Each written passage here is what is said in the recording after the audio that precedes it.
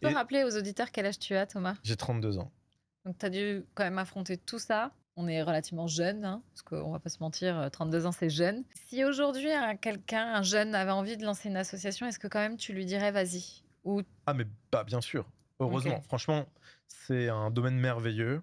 Maintenant, faut pas se dire que c'est facile, et je pense qu'un des conseils que je pourrais donner, c'est bien sûr de rien lâcher et que c'est très, très dur, hein. Entreprendre, c'est très dur et l'association Oui, est finalement une sorte d'entrepreneuriat. ah mais clairement. Tu as un budget, tu dois trouver des partenaires, tu vas avoir des charges, demain, tu auras une équipe parce qu'une grande association a forcément des employés. Il y a aucune grosse association au monde qui peut le faire qu'avec du bénévolat. On a quasiment 2500 bénévoles sur, YouCare Mmh. et avec, du coup 5-6 salariés, on Parce dit qu'il faut peu à aussi peu gérer les bénévoles, avec des gens adorables, mais c'est un travail de fou. bien Les, sûr. les animaux sont, nous, chez des familles d'accueil, il y a des personnes qui sont très compétentes et des personnes qui connaissent rien. Et donc, le dimanche à 22h, tu dois leur dire non, ça c'est juste un éternuement révulsé sur un chien, ne va pas aux urgences vétérinaires, tout va bien. Et donc, il y a beaucoup, beaucoup de gestion. Et merci, j'en profite pour remercier mon équipe qui est absolument géniale, des personnes Tu arrives à couper passionnées. quand même? Non, Ouais, c'est ça le problème. non, je pense que depuis que j'ai commencé à entreprendre, mais depuis 5 ans avec YouCare, il n'y a pas un seul jour où je suis pas au moins 3 heures sur mes mails, mon téléphone ou quoi. Pas un seul jour, même en vacances. Mais Ça, c'est pas un bon conseil à donner. non, je dis pas qu'il faut le faire, mais moi j'arrive pas et je suis heureux Ah, comme tu ça. choisis, OK, ouais, c'est un Je, choix. je le vis pas comme une contrainte. Ah super. Moi, ça me fait plaisir d'être en vacances à l'autre bout du monde. Je prends parfois des vacances, rarement, mais je les prends. Et à un moment, de me retrouver avec un petit wifi, de regarder mes petits mails et tout. Et en fait, limite, de ne pas le faire, ça me stresse parce que je sais que mes mails sont en train de s'empiler et que finalement, au bout d'une Ouais. semaine, je vais en avoir 2000 dans ma boîte de Bah, réception. moi, j'ai longtemps été comme toi. Ouais. L'arrivée de mon fils a un peu changé la donne, mais je comprends totalement. Beaucoup de gens vont me suivre, par exemple, dans mes aventures entrepreneuriales et vont me dire mais t'as pas de vie. Mais c'est ma vie. C'est celle que je choisis. Pour moi, en fait, cette vie entrepreneuriale, elle m'alimente. C'est ce qui me rend heureuse. Par contre, c'est vrai que je pense que l'être humain n'est pas fait pour ne jamais déconnecter. Il faut arriver à déconnecter, surtout Mm. toi qui es dans un milieu associatif, tu es quand même souvent confronté à des personnes en difficulté. Même des fois, tu vas sauver des animaux et c'est pas des gens qui n'aiment pas les animaux. J'ai en tête des histoires où c'est la personne qui a la maladie de vouloir sauver, justement. Syndrome de Noé, ouais. Voilà, le syndrome de Noé. En fait, c'est difficile parce que tu vas aider des animaux, mais aussi une femme à prendre conscience qu'elle a en fait une maladie et que c'est noble et c'est beau ce qu'elle essaye de faire, mais qu'à vouloir trop en faire, bah, elle est en train de mettre. Elle crée de la maltraitance. Exactement. Mm. Ah, mais c'est très dur. Et effectivement, ce côté humain est très dur aussi parce qu'il faut être plein de compassion. Parce qu'on l'a fait la semaine dernière, un syndrome Ouais. de Noé. On est intervenu dans Paris auprès d'une dame, près de chez elle. C'est terrible. J'ai pas toutes les informations, Mm. mais c'est terrible une expulsion. Tu dis que cette femme, ce soir, elle dort dehors. Derrière, il y a les services sociaux, il y a des assos. Nous, c'est pas notre métier encore à ce moment-là. On n'a pas la demande d'aide ni rien. Je peux pas l'aider. Moi, la police, les huissiers m'appellent pour qu'on récupère les animaux. On nous déclare à ce moment-là qu'elle a 10 chats, d'après elle. On arrive, on tombe sur 10 chats 24, ouais. Oh, putain. Déjà, 10 chats, c'est compliqué. C'est- ouais, ouais. La dame vivait dans 20 mètres carrés, c'était un studio.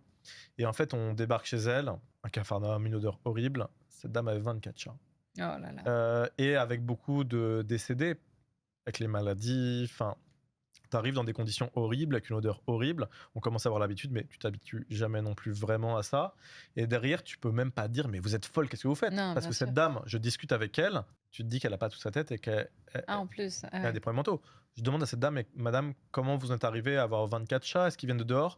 Et elle commence à me dire, non, mais ils se reproduisent pendant que je suis au travail. Moi, j'arrive, je peux pas les mettre dans la rue. Ouais. Et elle commence, enfin, tu vois, c'est des gens Elle est qui dans ont le un déni. discours Ouais. dans un déni. Et elle a un discours, quand tu discutes avec elle, tu parles pas comme avec toi et moi. Ouais. C'est pas dans des discussions sensées. On est intervenu chez un monsieur qui vivait dans 8-9 mètres carrés. Je sais même pas comment il pouvait vivre dans un appart si petit, sans électricité. Il dort par terre dans sa cuisine parce qu'il n'y a pas d'autre pièce à part sa cuisine, auprès de 18 pinchers. Qu'il a C'est fait quoi se reproduire, c'est des petits chiens, un peu comme des chihuahuas, on va dire. Qu'il a fait se reproduire ensemble, qui ont des problèmes neurologiques parce que Ah oui, du coup, il y a de la consanguinité. Et le monsieur, la police défonce sa porte parce qu'il veut pas ouvrir ce matin-là. Le monsieur sort, il a un syndrome de Noé, donc il accumule les animaux. Il a un syndrome de Diogène, on arrive à peine à rentrer chez lui. Et là, il commence à devenir fou, il se tape la tête et tout. C'est très dur Mais psychologiquement. c'est pour ça que tu as besoin quand même de couper. Tu peux pas être constamment. T'imagines cette dose d'énergie négative que tu dois. Mais et donc, cette personne, par exemple, ce monsieur-là, on a appelé les services sociaux. Les services sociaux nous disent qu'ils viennent. Le jour même, ils nous disent que c'est trop choquant pour eux et qu'ils veulent pas venir. des trucs, c'est vrai que c'est très dur. Hem, Moi, psychologiquement, comment je fais? Je pense que c'est ça qui m'aide, c'est que j'essaie toujours de voir le verre à moitié plein. Je sais que je peux pas sauver le monde entier. Tu l'as Ce que accepté. Ce que je sais juste, c'est que je fais mon maximum pour pas m'en vouloir. Alexandra, donc, par exemple, c'était elle qui était en charge de la partie services sociaux. On a appelé 10 fois les services sociaux. Ils avaient le jour, ils avaient l'heure, et ils avaient toutes les informations pour aider ce monsieur. S'ils le font pas ce jour-là, moi, je peux pas tout faire. Mais par Ouais. contre, moi, j'arrive ce jour-là à prendre 18 pinchers qui sont mordeurs et agressifs parce que pas sociabilisés, Ah oui. en vivant avec un effet de meute. Des chiens très compliqués. Et ce jour-là, avec notre jeune association, on arrive déjà à faire un sauvetage qui est dingue. Tu prends un chien, c'est des petits chiens, mais tu prends un chien agressif dans une asso un jour donné, c'est déjà un travail. Là, t'en prends 18 le jour même. C'est un travail stratosphérique d'organisation. Et là, tu as réussi à tous les placer? Oui, ils sont tous adoptés. Il y en Ah, a une. adoptés en plus? Oui, oui, c'était un sauvetage d'il y a un an. Il y en a une petite qui est décédée suite à ses problèmes neurologiques qui étaient assez graves. Ils sont tous placés avec des gens formidables qui acceptent d'avoir des chiens qui ont eu un passé très difficile et où peu à peu on les voit changer et évoluer. Aujourd'hui, c'est plus du tout les mêmes chiens. Et donc, il y a aussi beaucoup de connaissances peu à peu accumulées dans notre équipe. On sait que des chiens comme ça, tu les laisses pas ensemble. Bien Tu dis, sûr. ils sont Ça, traumatisés, il faut mais les laisser ensemble, les ça, c'est pauvres. l'effet de Non, meute. Bien sûr, exactement, il bien faut les sûr. séparer. Donc, il y a plein de choses comme ça qu'on met en place. Et donc, voilà, pour tenir au quotidien, en tout cas avec l'équipe, De toute manière, tu trouves des solutions à tous tes problèmes. toujours. Tu t'es rendu compte que, par exemple, un des gros points noirs dans l'association, c'est tes coûts de vétérinaire. Hmm. Tu as cherché une solution pour limiter ces coûts, ou en tout cas les réduire. Tu t'es dit, bah, il faut qu'on arrive à ouvrir en tout cas une clinique vétérinaire. Parce qu'au moins, je suis sûre d'avoir de la place pour mes animaux pour pouvoir les soigner. Je suis sûre de pouvoir faire ce que j'ai envie de faire, aller au bout de... Des fois, tu as des cas désespérés, mais tu y vas quand même.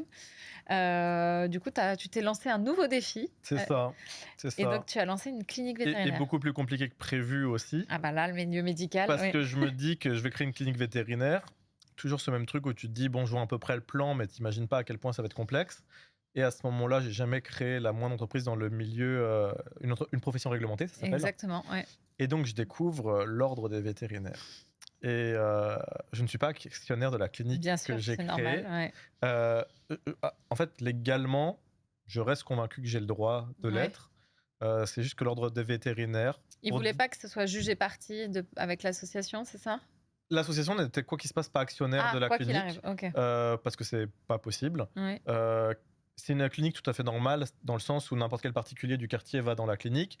Et l'idée, c'était d'utiliser la rentabilité du tarif normal pour aider un maximum les associations en réduisant les coûts, mais pas seulement YouCare, n'importe quelle Bien sûr. association. Mm. Le but, c'était de faire une clinique engagée pour tout le monde et forcément qu'ils nous aident aussi, nous, en termes de tarifs et qu'ils nous aident aussi en termes organisationnels. Si dans la journée, d'un coup, tu as 5 chiens qui arrivent et il faut en faire passer 2 en auscultation, la clinique du coin de la rue, t'es pas sa priorité. Et donc, il va te dire, viens me voir dans une semaine. Sauf que toi, à ce moment-là, en fait, il va repartir en famille d'accueil à 200 km et tu perds énormément de temps. Et donc, me dire, en fait, en créant ma propre clinique avec ma propre équipe, je vais régler aussi ces problèmes-là, en plus de la partie coût, je vais essayer encore un petit peu de les réduire. Et à ce moment-là, c'est dur de dire exactement tout ce qui s'est passé. Il y a des vétérinaires, je pense qu'il y a eu un peu de jalousie. Il y a des vétérinaires qui écrivent à l'ordre vétérinaire, il y a des histoires ou quoi. On me met beaucoup de bâtons dans les roues pour m'empêcher d'être actionnaire de la clinique, en disant que je faisais comme de l'élevage animalier, en sortant un procès d'un espèce de trafic en Moldavie, je sais pas quoi, en disant que les animaux qu'on sauvait à la Réunion, qui étaient souvent des petits, des chiots, et qu'on sauve de la rue le plus tôt possible, c'était un peu comme si j'étais éleveur et que je vendais des animaux, enfin en faisant des parallèles hyper bizarres, ou en utilisant mon entreprise, parce que du coup c'était mon entreprise qui était actionnaire, en disant que mon entreprise s'interdit parce que je vends des produits dans le domaine vétérinaire. T'as pas le droit en fait, pas de commerce. T'as pas le droit de vendre avec ton entreprise des produits à des vétérinaires et en même temps d'être actionnaire de clinique. Bien sûr. T'as pas le droit de faire ça. Sauf que mon entreprise n'a jamais vendu le moindre produit vétérinaire. Et en fait, tu discutais avec des gens qui disaient, si, vous vendez des produits aux vétérinaires. Et on disait, mais lequel? Il n'existe pas ces produits. Et en fait, j'ai perdu tellement de temps et il y a tellement de coûts qui se sont accumulés qu'il fallait ouvrir. Et donc, j'ai laissé tomber. Et donc, c'est une autre personne, mon ancien associé, qui a investi dedans. Donc, je suis pas actionnaire de la clinique.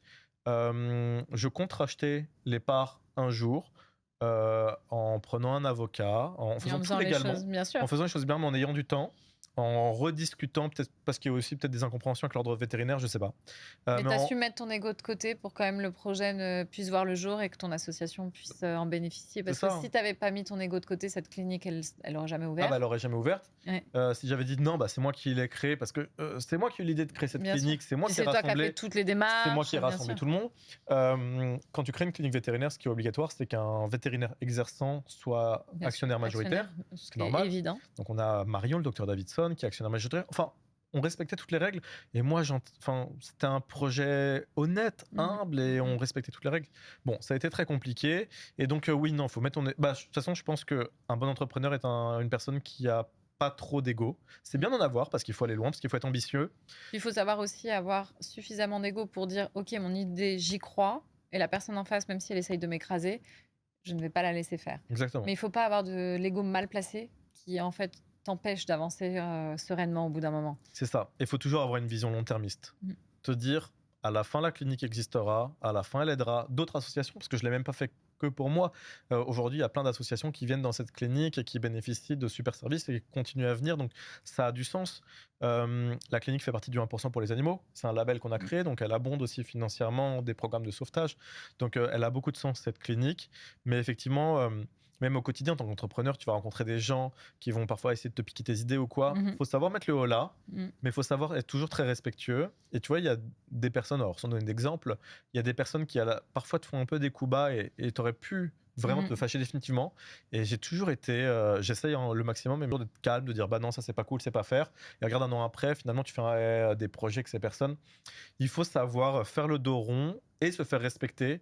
Et c'est un C'est ça, savant c'est le ouais, mélange. le juste équilibre est toujours Ouais. difficile à trouver, mais c'est une des clés du succès, je Comme pense, un bon dans leader dans une équipe, exactement. un bon manager, il faut que tu saches déléguer plein de choses à ton équipe parce qu'il faut qu'ils te déchargent, Mais garder le contrôle. mais garder le contrôle. Il faut pas qu'ils aient l'impression qu'en fait, toi, tu fais plus rien. Il faut savoir montrer l'exemple dès que les tâches sont dures. Ouais. Et donc, c'est un savant mélange où il faut être assez ferme pour être respecté, mais assez cool pour pas être un tyran.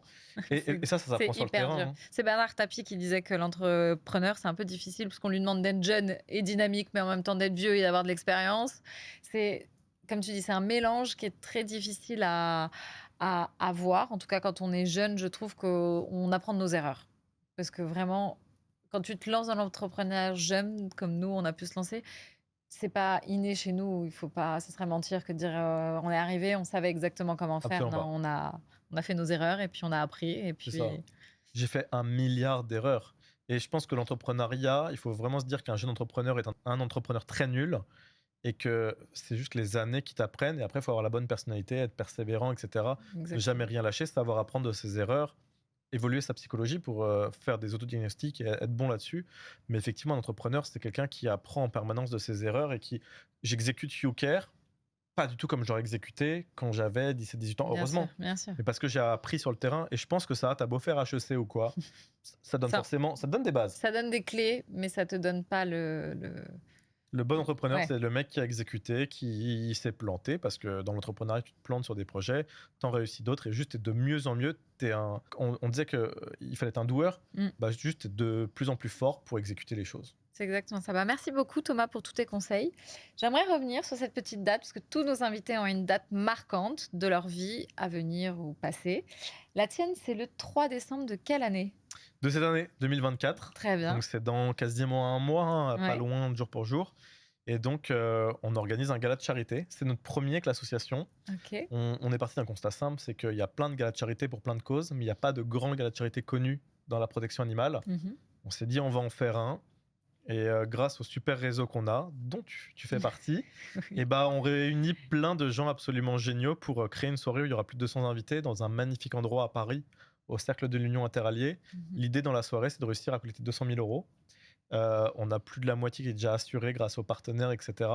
Donc ça avance bien et c'est un gros rendez-vous pour nous. C'est notre premier. On va pouvoir le suivre si je me rappelle bien de toute notre petite réunion en direct. Exactement. En fait, on veut aussi dépoussiérer un peu l'image du gala de charité Exact. et de le côté très guindé. Alors, ce serait une très belle soirée avec des tenues de gala, etc.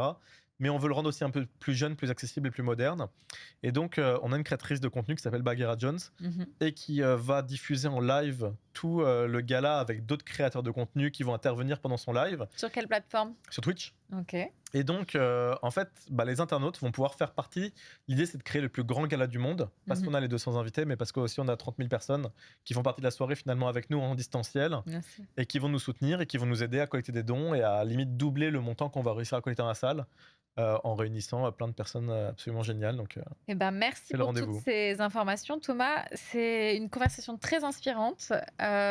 C'est tellement inspirant, tu as tellement de qualités que c'est difficile de se dire qu'on peut faire mieux que toi après ça. Tu me flattes. On va clôturer sur ça. Qu'est-ce que tu pourrais donner comme conseil à une personne qui veut se lancer dans l'association? Si on veut lancer une belle association, faut accepter d'y aller étape par étape, contact par contact, de faire sur le terrain, de montrer ce que tu es capable de faire, de grandir comme ça. Une pierre après l'autre. Ouais, une pierre après l'autre. Et je pense que là où il manque, c'est de la modernité, même s'il y a une nouvelle génération d'entrepreneurs. On vient d'avoir un article dans 30 millions d'amis, J'ai le vu. magazine. Les jeunes pousses de la protection Mais, animale. mais, Et on mais est- je rejoins vraiment cette opinion. Le milieu associatif, au jour d'aujourd'hui, est un petit peu vieillissant. Hmm. Ça me gêne parce qu'ils font déjà un travail tellement immense de dire ça. Donc, il n'y a pas de. Moi, je serais incapable de faire ce qu'ils font. Donc, j'ai aucun jugement, aucune critique. Mais c'est vrai qu'aujourd'hui, on a la technologie. Toi, tu viens vraiment de ça, pour le coup. On ne sait pas encore allier la technologie au milieu associatif. Hmm. C'est encore très difficile, alors que la technologie peut quand même nous ouvrir beaucoup de portes et aussi permettre certaines rentrées d'argent qui aident malgré tout les C'est associations. ça. Et aujourd'hui, il y a des associations qui en manquent cruellement. Les prises en charge d'animaux, elles notent ça dans un cahier. Nous, tout est automatisé avec des tableaux qui te font des statistiques sur combien chaque sauvetage t'a coûté, avec les parrainages, de comment équilibrer ton budget, de la croissance continue. Parce que j'ai des métriques où il faut qu'on scale. C'est géré comme une Ouais, startup. c'est ça. Aujourd'hui, toi, tu gères YouCare comme si c'était un business, sauf que le business, il n'est pas là pour faire de l'argent tel un business capitalistique, mais plutôt Il y a un pas de- business pour je vais aider mon C'est ça. prochain. Il y a pas de dividende. Je récupère zéro argent à la fin de l'année. Moi, mon but, c'est de croître. Et donc, pour croître, il faut plus de moyens, plus d'argent, de plus grandes équipes, plus de bâtiments, plus de véhicules. Et donc, pour tout ça, il faut plus de dons. Et donc, effectivement, ça se gère comme une startup. C'est juste que mon intérêt n'est pas quelle va être ma paye à la fin de l'année. C'est juste combien de vies on aura pu sauver. C'est ça ma key métrique. Eh ben, c'est très beau. Merci beaucoup, Thomas. Et puis, on espère vous retrouver bientôt sur notre podcast Bavie et Entreprends.